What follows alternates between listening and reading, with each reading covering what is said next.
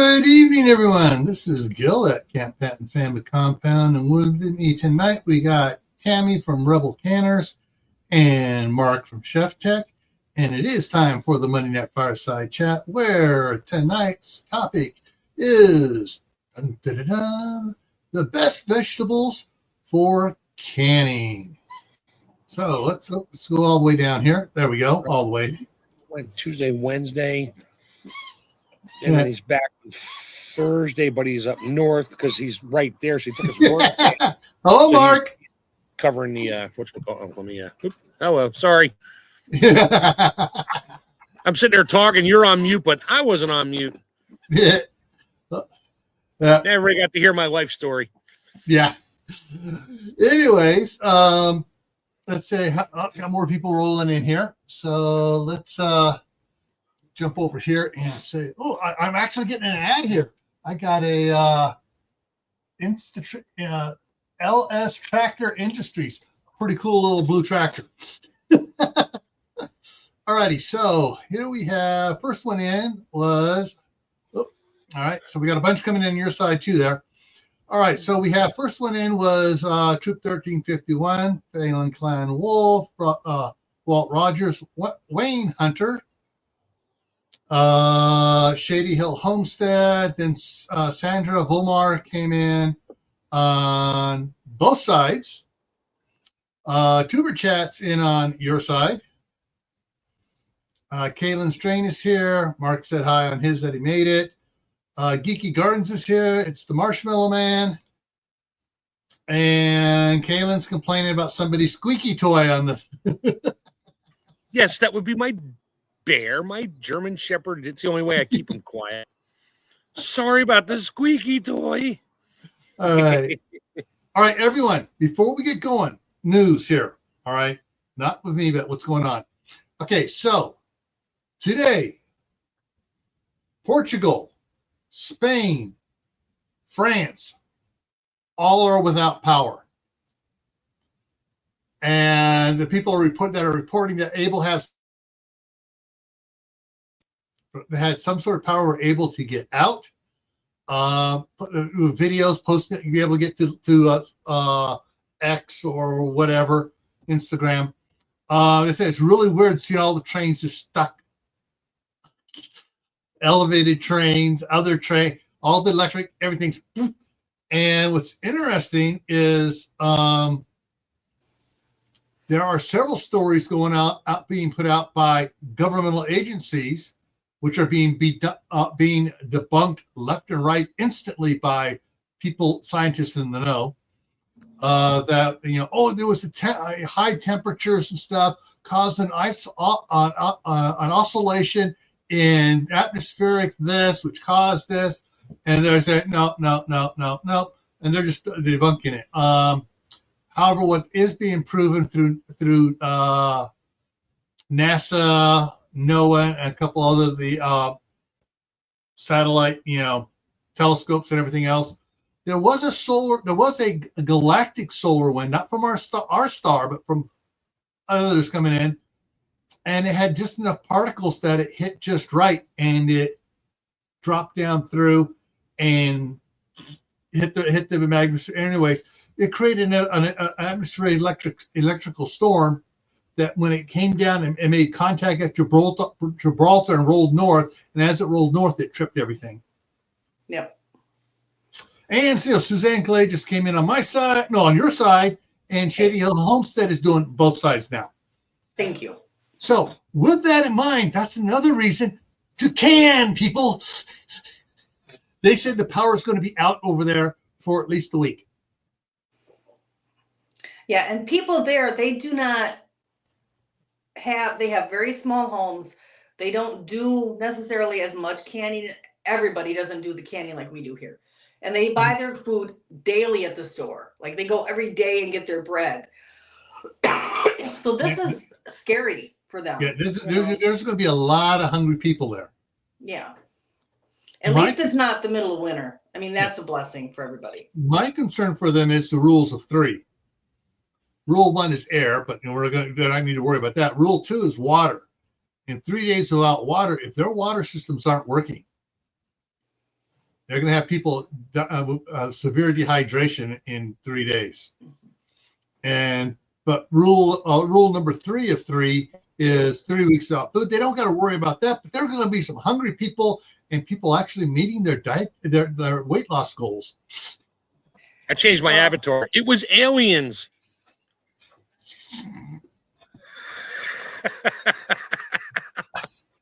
Here we all have a lot of us have like barbecue grills in our backyard, and this is more, Yeah. I mean, there are rural people there, but there's a lot of like people in apartments and big cities. Oh, yeah. I'm thinking of the big cities and the people. Up to the Spain and stuff, and even on the coast of Portugal and coast of Spain and France, those are apartments, 100-year-old apartments. They're small. Yeah. They don't have pantry space in their homes. No, not like very little. They have cabinet space. Yeah, but it's a whole different mindset. Like, I mean, you go there and they don't have flies, so you can go to the open air market, and the food is just laying out, and it's just gorgeous. And they can shop. They have farmers markets every day. Yeah, and open air markets every day. That's going to be the only. So long as the farmers are able to get into the city. Because all the street lights are out, all that stuff's all down. So as long as they can get in, they will be able to provide food. Right. But it's a different mindset. They don't buy, like I buy my groceries for the month. Yeah. And they go to the grocery store every day there. Yeah. It's a cultural thing. It's like culture. Yeah. So it's like, let's go see everybody at the market. Yeah. And Kayla says not many of these, not many in the cities have decks or balconies and stuff. It's no. If they do have something, it's just a wrought iron thing's been bolted to the side so they can put clothes out to dry or something or whatever. So with that as a lead-in, as far as growing stuff for us. Diana 2 just came in.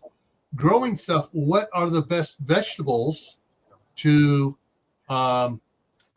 grow and harvest to can? And somebody just came in and gave you a thumbs up on Facebook. Oh, thank you. I see it up in the corner up there. Yay, thank you. So I don't have any more slides. I didn't do any picture slides on it. I did a series of videos last year. Mm-hmm. There's not a whole lot of things to go with this. First of all, always grow what you'll eat. Yeah. But there are varieties that are a lot better for canning. So I'm going to start with cucumbers, if that's all right. Yeah. So the smooth cucumbers or the burpless cucumbers, those are for fresh eating. They're going to be a lot softer if you try to pickle them. You want the spiny ones. Right. You want ones that have pickling in the name. Mm-hmm. And there's, pickle bush. Hundreds of those. Yeah, pickle bush cucumbers. Yeah. I mean, it can be bush, it can be vine, but you want the ones with spines. They are going to hold up better. They're going to be thicker skinned, and they're going to just work better for pickling. Yeah. Now, I guess I could start World War III right here. Potatoes. Tomatoes. Tomatoes don't bother me. I'm just not growing them this year because I had 900 pounds last year. I'm good. So I am in the Roma camp. I want a meaty tomato. I don't want a lot of juice. I'm looking for San Moritz, San Marzano paste. Yep. Something in the Roma family. Mm-hmm. Now that's what I grew last year. Just San Marzanos. I didn't grow Romas and Amish pastes and a couple other random cherry tomatoes for my wife. So yeah. Now there are some very good hybrid canning tomatoes that are the other style. My mother, she was a better boy, big boy, anything with boy in the name. That was what she wanted. So those are canning tomatoes. If it is a pear tomato, a cherry tomato, a yellow tomato, those are not canning tomatoes. Those are lower in acid. They're the reasons they tell you to add acid when you're canning tomatoes. So those are more the fresh eating. So there's slicers are for fresh eating. You want to look for something that is for canning. Something pasty. As far as other varieties like green beans, Blue Lake has been developed for canning. That is the one that, and I'll just give a local example. That is the one that everybody here in Michigan grows to sell to a very famous canning company that makes all of their products in little 3-ounce jars. And you feed it to your little cherub. Yeah. Yeah. So, and also when you go to the store and you see cans of tomatoes, a lot of time it'll tell you it's Blue Lake. So there's that. Peas, not a big difference between the varieties. So I wouldn't worry about that. Okay, corn. All right. No battle going on here. I just threw out 30, probably 30 jars of corn. They all go ahead and address the corn problem, Mark. I'll let you take it from here. Whatever. It's all you, but yeah.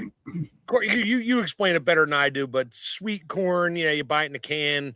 It tastes good in that. It probably wasn't sweet corn when they canned it, no. But the guys canned, what was it? Silver Queen, like 5 years ago. I bought 2 bushels. I'm like, I am canning corn. We love Silver Queen. We love sweet corn.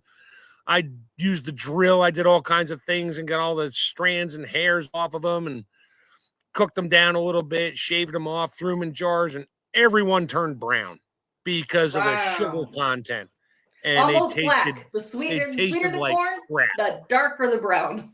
Yeah, they tasted like crap. So I threw out 30 or 40 pint jars of corn. I mean, I threw them in my mulch pile because I didn't add salt or anything. It was just corn. I'm like, it's going back to the bugs. So mulch it up, yeah. Sweet corn is actually a field corn variety that they cut early, and they may add sugar to. The starches in the corn caramelize and become sweeter when you cook it.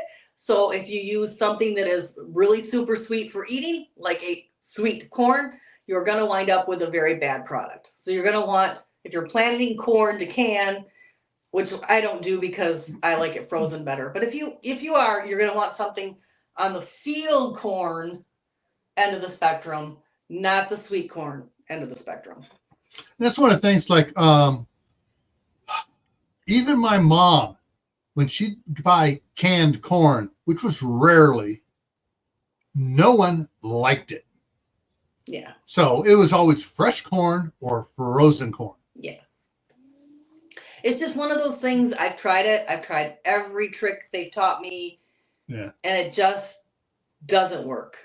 I might do that this year. I might buy corn because I got the chamber sealer now, which is better than my vacuum sealer. It doesn't suck water.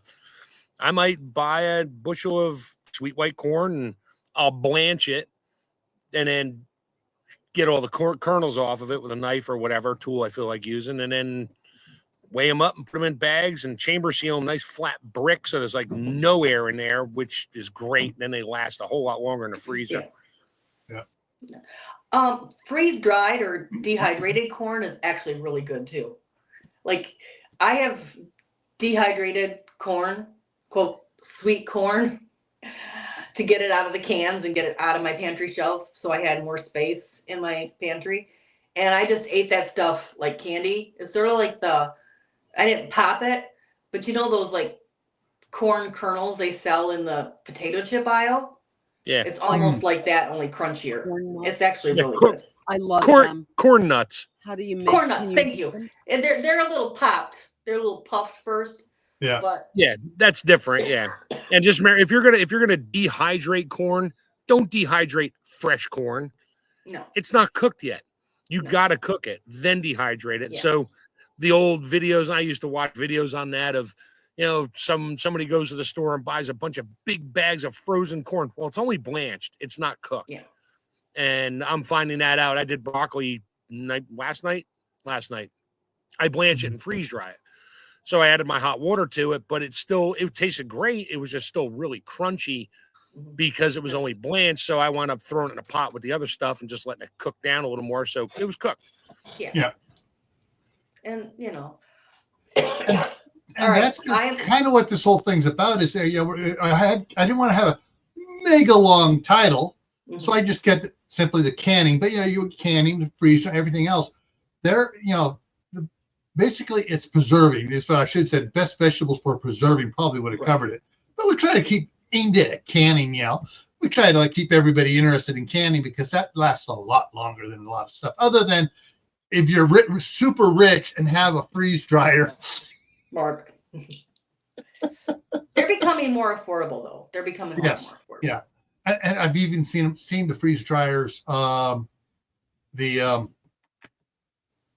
name brand one, Harvest Right, at Costco. Yeah, under $2,000. My Amish hardware has them under $2,000 too. Yeah. And so, you can get a lot of the 4-tray ones now cheaper because everybody wants the 5-tray. The 5-tray is no bigger than the 4-tray. You just can't pile your stuff as high on the 5 trays. Yeah, they put the heater trays closer. They had room to squeeze in one more. I'm like, no, I'm good with my 4-tray. Yeah. Yeah. Potatoes. So the Idaho baking potatoes, they bake up, they get real puffy, they're all flaky and sweet. Those are great for baking. They have way too much starch for canning. Can you can them? Yes. Will you have a thick layer of slime in the bottom of your canning jars? Yes. Potato starch? Yes. And you would know this. And you would know this why, Tammy? Huh? And you would know this why? 300 pounds of potatoes on my shelf in canning jars or more. Yeah. So speaking on potatoes, several things to go here, but that slime on the bottom, what is that good for? That's called potato starch. So if you had a freeze dryer, you could take it out, freeze dry it, and save yourself about $8 a 8-ounce bag at Walmart. They sell potato starch in the specialty food items for people that are gluten-free. Mm-hmm. But you can use that to thicken your soup. So if you're going to make a soup, put that potato starch right in there. That's a natural thickener. I would only do that if I had space in my freeze dryer, because saving $8 running a freeze dryer for 40 hours or more, kind of. There's certain things I look at and go, I'm not going to buy it. I'm just saying that they sell it freeze dried in the store. Yeah. So unless you're like Lee at Cold War Prepper, where his house is totally on solar, and he's actually is exporting extra solar to the power company. Well, and I have a soup bucket. It's an ice cream bucket that I keep in the freezer. Mm-hmm. And so instead of throwing that down the drain, because there's lots of vitamins in our the broth or juice from our canned goods, I'll put that in my soup bucket. So then I don't have to add water when I'm making soup. So if I open a jar of potatoes and I don't want the liquid in there, I'll throw it in my soup. And then when I get enough of that, I make a pot of soup. All right. So. Okay. Side chat here to see. All right. So Penny Ortiz is driving on the road. Be safe. And she's lurking, and her autocorrect screwed up my name. Like my uncle used to do all the time. Gilbert. Yeah. And let's see. So Lewis asked, can you dehydrate corn before it's cooked? Then boil it in water to rehydrate it and cook it? It doesn't work that way. Yeah. You gotta cook it first, because after you cook it, it breaks the cell walls down at the molecular level of the water and the cells. So then you can dehydrate it. If you try to dehydrate raw corn, number one, it'll take forever and it'll shrivel up so tiny it won't even. You look at it and be like, is this even corn? Yeah. Okay, so that was the answer. Lewis's thing to get clarified. Kaylin's train put in purple tomatoes? ? You could can them. I would add acid because I don't think that they're a canning variety. They're actually a cherry tomato. So they're not a canning variety. So you would have to add acid to it. Okay. Well, this was potatoes, purple potatoes. Oh, yeah. You can definitely can the purple ones. I've canned the purple ones before. Yeah. They lose their color in the canner, but that's okay. And Mother's Garden Club has come in. Hey. And let's see. And Suzanne says they call. Let me just put it up here. Yes. Yeah. It's okay.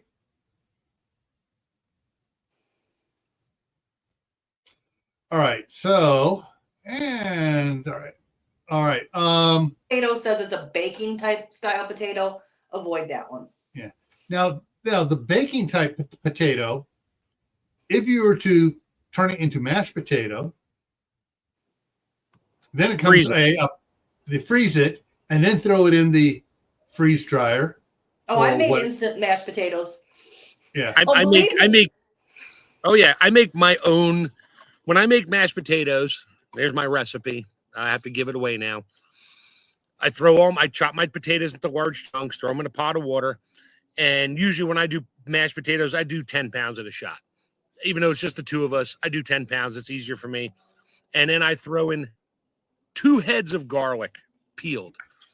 The whole clove, I just throw them in there, let them boil.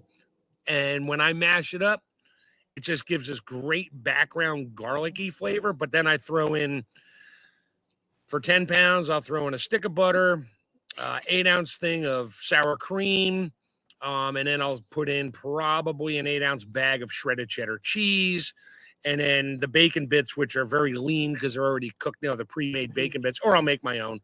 I throw them in there. Yeah. Then I got my cheesy loaded potato, mashed potatoes. Then I freeze dry them. I did one of those on a feed way back. And and I had mashed potatoes. I just had garlic mashed potatoes last night with my freeze-dried broccoli and a steak. Now, because you added the butter and the cream cheese and the milk, you can actually freeze those. So if you don't have a freeze dryer, you can actually freeze his recipe and it stores quite well, as opposed to trying to freeze them without those added ingredients. The weird thing after you thaw out, when you freeze that type of mashed potato mix, when you thaw it out, it becomes a little grainy and you get a lot of water and separation and all that. That's when you freeze. What happens when you freeze it?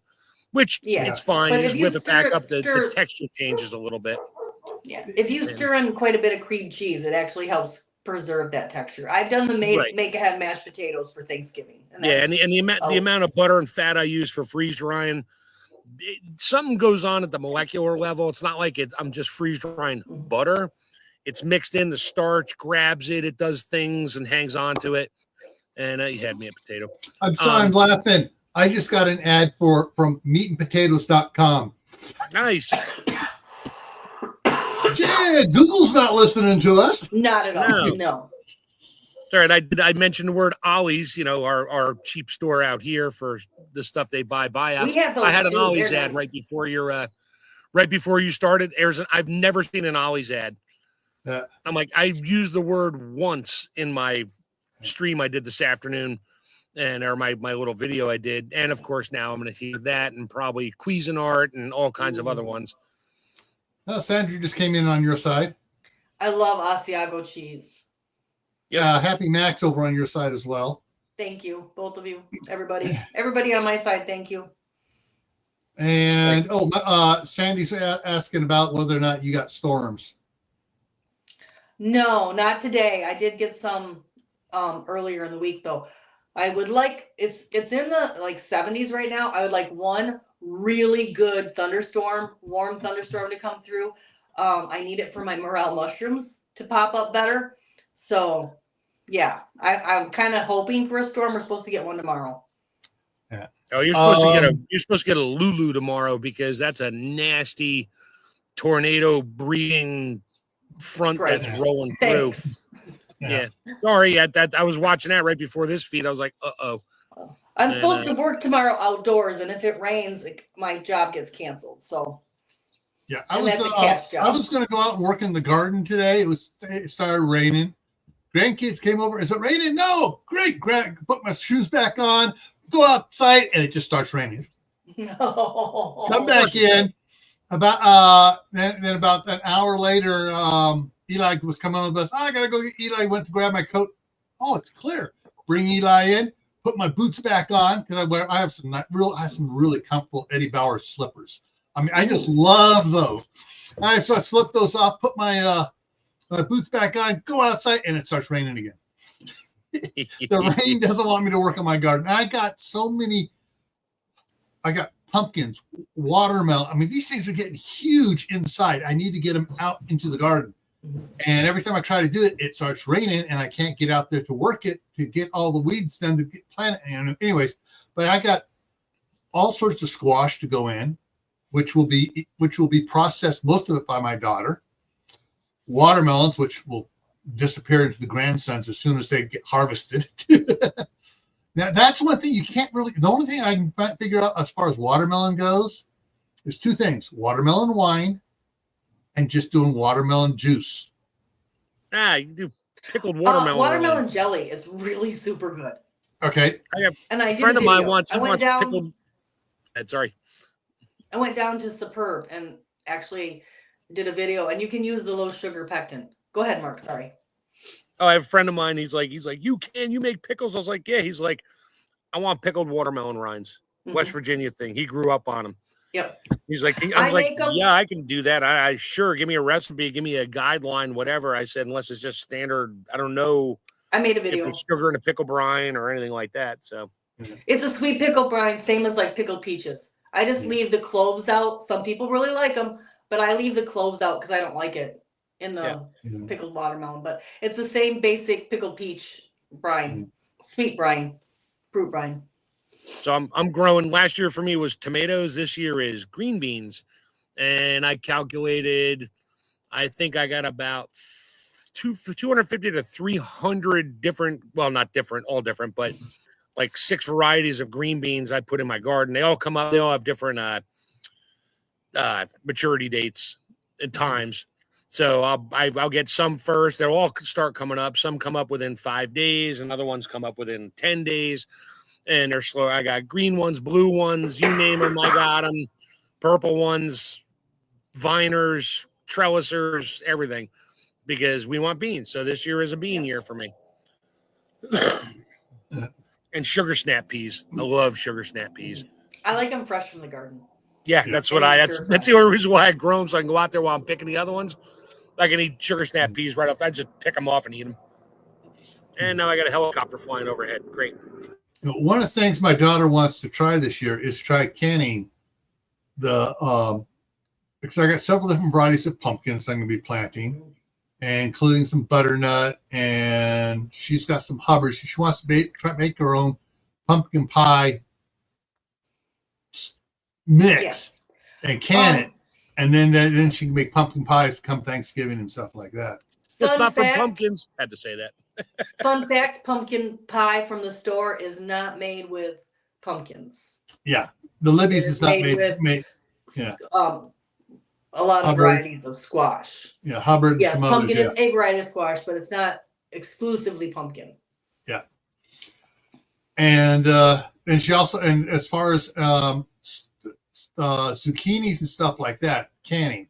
I know she'll process stuff up and freeze it, both in chips and in sticks. Not sticks, but like on a cheese grater. Oh, grated, yeah. Yeah, grated. Oh, Moonor Miami's in here. Oh, and Tammy Harder's in here. We have to say Tammy's other Tammy's name here earlier. And pros. The staff sergeant does that. My daughter grew up, my wife doing the grating the zucchini and stuff and freezing it and then putting it in bread and in soups and in whatever else. But I just kind of wondering, as far as canning in a jar, that type of stuff, what is the best way, or is there a best way, or is it better to go with the freezer? Chunks.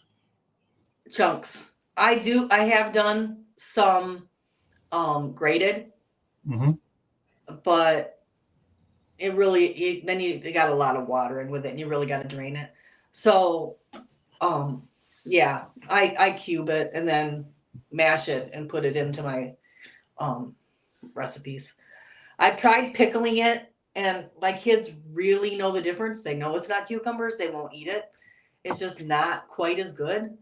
Right. So I've tried it, but I have done like the yellow. I like to do some slices and can it so that I can have stir fry in the winter. So, I mean, Yeah, it but just once depends. any of the soft squashes like zucchini, yellow squash, summer squash, and all those varieties, once you can it, they literally turn them just about mush. You can't pull out a slice and eat it. It just gets real floppy. Yeah. Even if you have to make it really thick, but yeah. And when she uses most of the stuff, she mixes it up into stuff. I mean, she'll make lasagna and put stuff in it, so it's already mush in the lasagna. Yeah.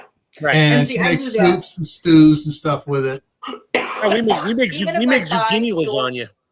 Even if I buy store-bought lasagna, I take my grated zucchini out of the freezer and throw grated zucchini in my store-bought spaghetti sauce. Sorry, I said lasagna. My store-bought spaghetti sauce. So anytime I'm making spaghetti sauce, it has grated zucchini in it. My daughter's like, I buy Prego. You always bought Prego. I buy Prego. It just doesn't taste like yours. And I'm like, yeah, that's because I added a lot of things to make it a lot better for us. Yeah, like baby sauce. Yeah, like baby sauce. It's got grated carrots in it. It's got grated zucchini in it. She's like, what? I'm like, you want it sweeter? Put more carrots. You want it? Put more zucchini. Yeah. Okay, Lewis asks, what about canning fruit and pie? Oh yeah, jams, yeah, fruit. Look at Gil's background there. That's all. Yeah. Canned fruit, jellies, things. Yeah. So let's talk peaches. Peachy. For canning fruit, if you want to can peach slices or peach halves, you're going to want to get a freestone variety, not a clingstone variety. You can the clingstone, but they're going to look like you murdered them with a butcher knife. They're just not going to be pretty. So if you want pretty uniform slices or halves that peel nicely and they are perfect like store-bought, you're going to want a freestone variety, not a clingstone variety. So a freestone is basically if you take your knife, you take your peach, wash it well. You can blanch it if you want to get the skin off.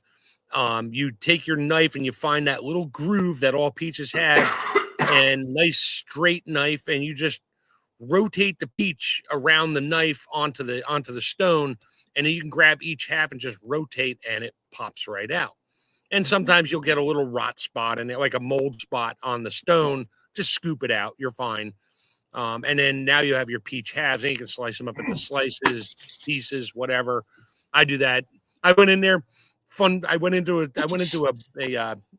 whatchamacallit years ago, and I was like, hey, do you have any of those stone-free peaches? Not freestone, stone-free. And the guy looked at me, he's like, there's no such thing as a stone-free peach, like a seedless watermelon. I'm like, and he corrected me. I was like, okay, now I feel dumb because I was a chef. All right, so here, Red Haven, Alberta, Contender and Cresthaven are freestone varieties. I got Red Haven and Alberta in my orchard. Yeah. And if you're in a colder climate, the Red Haven and Alberta are for colder zones. They go right up to zone 3. Yeah. So there's that. And you can make if you have cling peaches, yeah, you can murder the hell out of them, boil them up, and make peach sauce. Yeah. Canned peach sauce. Or add peach apples barbecue to it. sauce. Yeah, or peach barbecue or peach apples. Jam. You can make your own jam and jellies. Peach jalapeno jelly, which I did. Peach habanero jelly, which I did. Yeah. So the freestone are when you want halves and quarters that look all nice and in the jar, and the other one's the clingstone like Klingon, or when you're just going to be making jams and jellies and other fun stuff? So let's talk apples. I can fill the next 20 minutes with apples. So you start the year with your yellow transparents. Those are usually some variety of yellow transparent is the very first variety that ripens in the spring. Those are really great for applesauce. They're sweet. Yeah. They're and very soft. sweet. It makes a great sauce. You know, get it put away because you're harvesting so many other things about that same time too. And then as you go through the season, there's so many great apples that you can for apple pie filling. I recommend using a variety of the apples, not to have just one variety in your pie filling. It'll make it have layers of flavor. And some are better for texture, like the Granny Smith is a very firm apple. It's great for texture. I hate McIntosh. They're grainy, they're gritty, they're soft, they're mealy. Like Fuji apples are very soft and very good. Yeah. Very sweet. Maybe good for applesauce, but not for chunks. Yeah. So, you know, that's where you're at with those. You can go, you know, right through from, you know, June, July to October, harvesting different varieties of apples, putting them away, and having them for all sorts of things. With that in mind, I've seen several videos about the apples, and generally most of the ones, different channels that are saying stuff, show them getting newspapers, not the colored ink, just the regular newspaper, rolling them up. Don't use the comics. They don't use the comics. Rolling them up, putting them with the stem down in boxes. Yeah. And store them down in the root cellar until it's time to take all the different varieties and make their flavored applesauce or whatever. Not in the root cellar. Do not store your apples in the root cellar. Because if you have your carrots, your onions, your potatoes, different gases. Off gases, it causes all other fruit to ripen and it will rot your cabbage, everything you have down there will spoil. Right. So that step when your root cellar, you have the door that shuts and then you have the steps going up. Your apples go on the steps going up and then that final door there that shuts. Yeah. That's where you want to put your apples, not inside the root cellar with your other food. It will ruin everything. Or you have several fruit cellars for different ones. Yeah, well. Sure. I have an apple cellar, a pear, whatever. Anyways, but yeah, they're saying, you know, some of them were saying they store the ones that harvest first, you know, and they store them before they have anything else down in there. And then they start bringing them out and then they start mixing for the different blends for their Applejack and apple sauces and stuff. People will do the same thing with their tomatoes. Mm-hmm. And you do your green tomatoes last year, your harvest before it frosts. If they frosted, it's too late. Before it frosts, pick all your green tomatoes, the ones that have no blemishes on them, wrap like that individually, one layer in a box, put it underneath the bed or somewhere cool, dry, nice, and you'll have ripe red tomatoes in December. Yeah. They don't taste as good as vine ripened, but they're still tomatoes and they're yours. And they're better than store-bought disappointment. Oh, yeah. One of the things I've seen several different channels here talking about tomatoes stem down with a layer of ash on them. They say that's what I've never done that. I've done Amish does that. Newspaper. They keep it through the winter. They that. So that's is it. Yeah. Is it a Mennonite channel? Because a lot of people like to say things that, the Amish do this. Well, how do they really know? And how do we know that that's what they really do? I don't know anybody. Well, they were out there. They went out. Haven't. Supposedly, it's the one channel that has it. They even have reels on Facebook about it. They're out there showing, and they're just videoing the Amish doing it. And it's like, okay. Yeah, I don't know. I don't have any experience with that, so I can't speak. I don't speak to anything I don't have personal experience. All right, so Kaylin and Sandy have some. They got two comments here to go. First was Kaylin. There was a veggie item known as veggie caviar, usually eggplant, zucchini, or squash. Yeah, usually eggplant based. very much an eggplant. And then Sandy comes in and said, I haven't found a recipe for eggplant that she likes. I don't like eggplant. Yeah. I never liked eggplant. It leaves this dry, bitter film on my tongue and the roof of my mouth. You can keep. I grew them 2 years ago. My wife's like, "Oh, we grew eggplant." I'm like, "Great, they're all yours." And she made like eggplant parm and stuff, which is a labor of love. And I took a bite. I was like, "Okay, it's good," but that weird, bitter dryness, just I don't know. It's just me. It just stuck to the roof of my mouth and my tongue. I'm like, "Nah, this is why I don't like eggplant." Yeah, my mom used to do it a little bit. When everybody else in the family revolted, she stopped making it for us, and she just make a little bit for her until she found out that my wife likes eggplant too. No, ratatouille. I don't even like ratatouille. They were doing some stuff there for a few years before my mom passed away. But I'm sorry. I'm also sorry. No. I'm also not a big fan of eggplant. I want to say moussaka. Yeah, moussaka. Yeah, it's an eggplant. Yeah, no. Yeah, you can keep that too. That's a Greek dish. No. I'm trying to think of the name of. She's looking for the name of what of it is when it's canned, and I know that's not the right word because that's with like a ravioli, Greek ravioli. I will look for it. I know I have it somewhere in my files. I'll try to find it. Yeah. All right. So we've covered. All right, carrots, canning carrots. I know someone, everyone's like, oh, no, you just put them in sand and you put them in the boxes and you keep them down. Well, that's cool too. But I'm going to hit the mute button and go get a sweatshirt while Tammy goes on about carrots for about 20 minutes. I know some people want to can carrots so they're ready to go into a recipe and they don't have to cook it as long.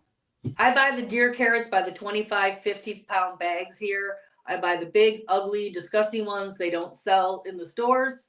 I get them super cheap.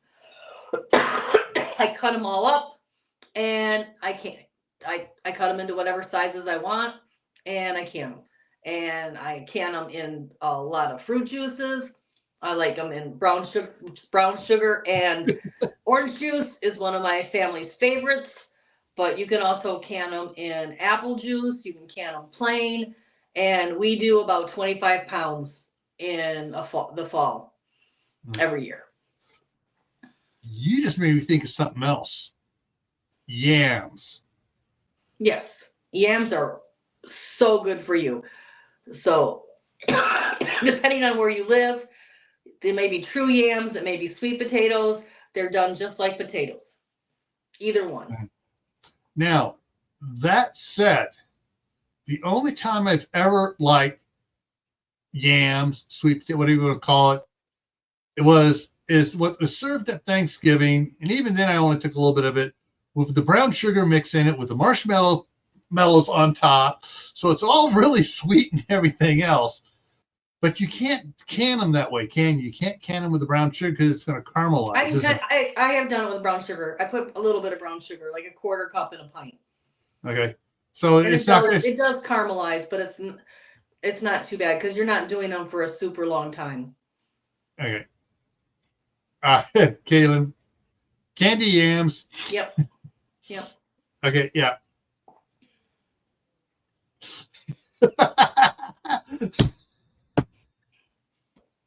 There you go. Dehydrate those apples. Yeah. Good for you. That's the thing for going through the fruit trees. We're vegetables. Fruits and vegetables kind of go together. They're all you can dehydrate apples. You can dehydrate apricots. You can dehydrate peaches. You can dehydrate plums. And I like my freeze dried apples. Yeah. I sprinkle some cinnamon. I peel them or not even peel them. Slice them up. Throw them in a big stainless bowl. Sprinkle cinnamon all over them, get them all stuck together, throw them in my trays, and then I bag them up. Oh, yeah. My one daughter out in Illinois, that's her favorite. I had to actually buy smaller Mylar bags because if I sent her a quart bag full of apples, it'd be gone in like 20 minutes. And that's the equivalent of eating like 4 apples. And then she'd be like, I was in the bathroom all morning. I'm like, of course you were, because you ate 4 apples in a row. There is a village that's really super high up in the Himalayan mountain range. Sorry, somebody's yelling in the background. Yeah. They survive the 3 months of winter on dehydrated apricots and yogurt. And they live into their 100 plus years old. Pretty impressive. Yeah. Dehydrated oranges, lemons. Okay. Yeah. I would add one more to this, and that's pineapples, because I know my grandsons love the dehydrated or freeze-dried pineapples. Just absolutely love them. Yep. Mock zucchini pineapple. You take the zucchini and cut it into diamond or triangles, Mm-hmm. and then can it in pineapple and lemon juice, and you can't tell it's not canned pineapple. Yeah. And you could also take that and dehydrate it and make it into candy. So you could can your own fruit cocktail. You got some peaches, you got Yeah. The cling peaches that look like you murdered them, and then apples, and you can pick up some pineapple. I wouldn't throw bananas in there, and you can keep the maraschino chemical cherries, but yeah, you can make your own fruit cocktail and can that up. Better than my back in the 60s, my uncle and sometimes my grandmother would head out to Brentwood there in the San Francisco Bay Area, where they got all the orchards, just miles and miles of different orchards, and they'd come back in with a flat of Bing cherries. Yeah. And then that would be the and it would be fruit salad, every third day fruit salad.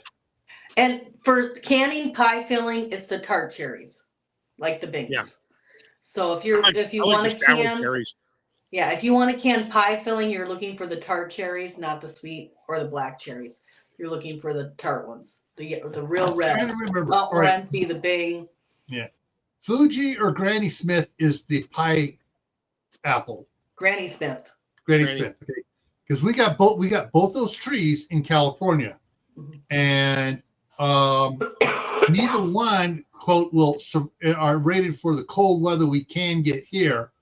So I got some other ones here that Granny we're gonna. Smith will you can grow Granny Smith. I can grow Granny Smith. Yeah, well, I mean, sometimes with some, we've had some where the local nursery says you can say Granny Smith, and they go, not around here. They don't survive good. So You may be too close to the mountain. Yeah. But we do have Zestar apples, which is a zone 4, and a Summer Crisp apples, which are zone 4. Okay. So we got those. So we're going to see, and once we actually get the apples, we're going to find out whether they are eating apples, pie apples, or there's one that can be used for both. And you can even order some Russian varieties that are even hardier than zone 4 that go into 3s and 2s. So I always try to go up a hardiness zone when I'm planting trees. There is a chart floating around out there that shows you the real basic, like 30 of them. That's basic compared to how many there really are of the sweetness versus tartness, and then how sweet to tart and also soft to firm. And I've seen it a couple times, never saved it. I'm like, okay, that makes sense. There is an orchard here near me, very close to me, of antique varieties, and he has, I think he said 45 antique varieties that you would never know the name of. Yeah. That's shoot. I was just someone watched one of my live streams with when I had Paula on there, and what's his name? The guy that has the orchard there near Paula. Oh, yes. Oh. Yes. Oh. Yes. The big red barn and everything else is on their logo and everything else. But it's on my wish list to meet him and to go to his farm. I actually sent my son-in-law to his grafting class last year. Yeah. Oh my goodness, I can't think of it, but yeah, it's on my list.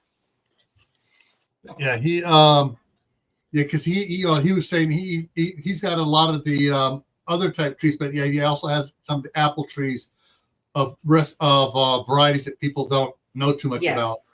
Like I can't think. heirloom style. Yeah. I cannot think of his name. Oh my gosh. Jeez. That's only like 40 minutes from me. Yeah. Oh, or even less. All right. Okay, let me check something here. I'll think of it as soon as we're off the air. Never fails. Yeah. Yeah, I know exactly what you're talking about. And he has pawpaws and he has chestnuts. Yes, the Not pawpaws and Chinese, stuff. regular Check. Yeah, he does. Yeah. And yeah, the stuff that he has is phenomenal. And yeah. Ah, cool. Gonna have to connect my gardener with these guys. He just needs to come over here a couple hours towards me, and I'll show him where there's a great place. So if you're listening, I know where there's an orchard, and I can introduce you. Yeah. All righty. Let's see what else here. Actually, I know a couple of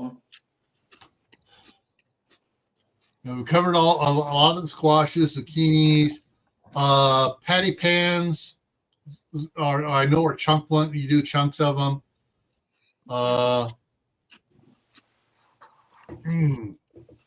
Sweet Praise and potatoes. frowned I'm upon. looking at the chat and just mine's trying to go 3 different directions at once. Yeah. All right. Just real quick for those that came in and didn't catch the very beginning.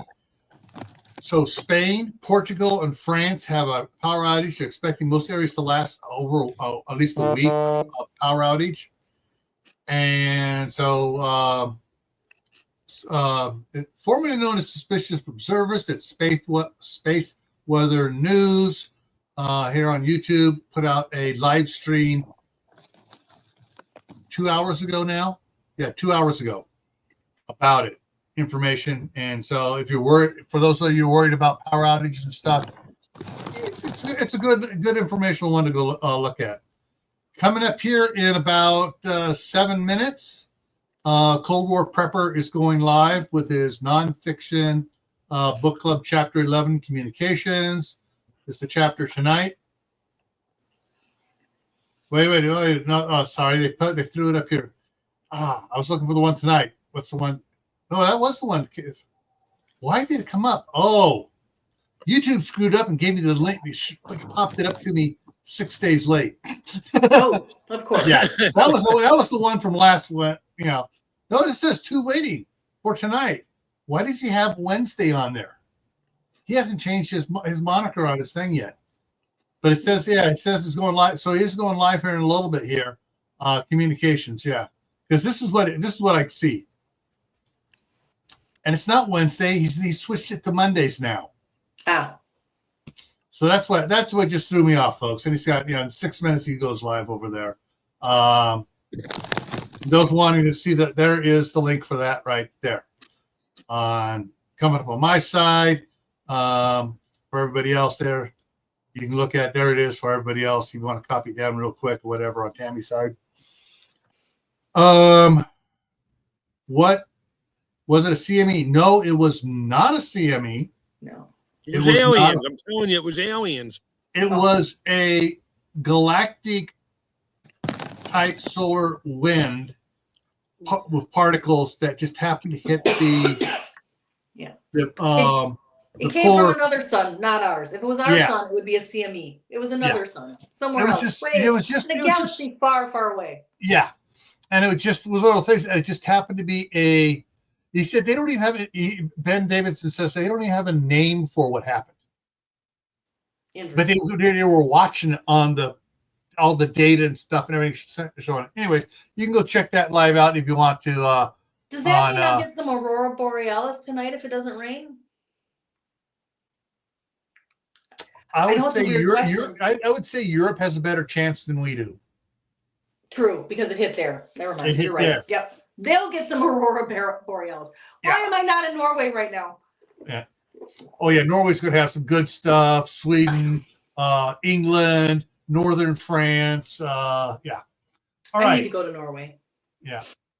I need to win all right. the lottery. So are you going to be trying to go live this week? If it rains tomorrow, I will go live. Okay, so that'll be tomorrow on Tuesday for Tammy at noon Eastern. Yeah, at noon. If it rains. If it rains. Okay. Here. Yeah, if it rains there. Oh, I got a DL Evans ad just pop up here on my YouTube. And DL Evans on Gray Man Prepping's view of it too. All right, so coming up here tomorrow on Gray Man Prepping. Suburban Hillbilly just came in. So tomorrow on Gray Man Prepping for Tactical Tuesday, skill training until you can't do it wrong.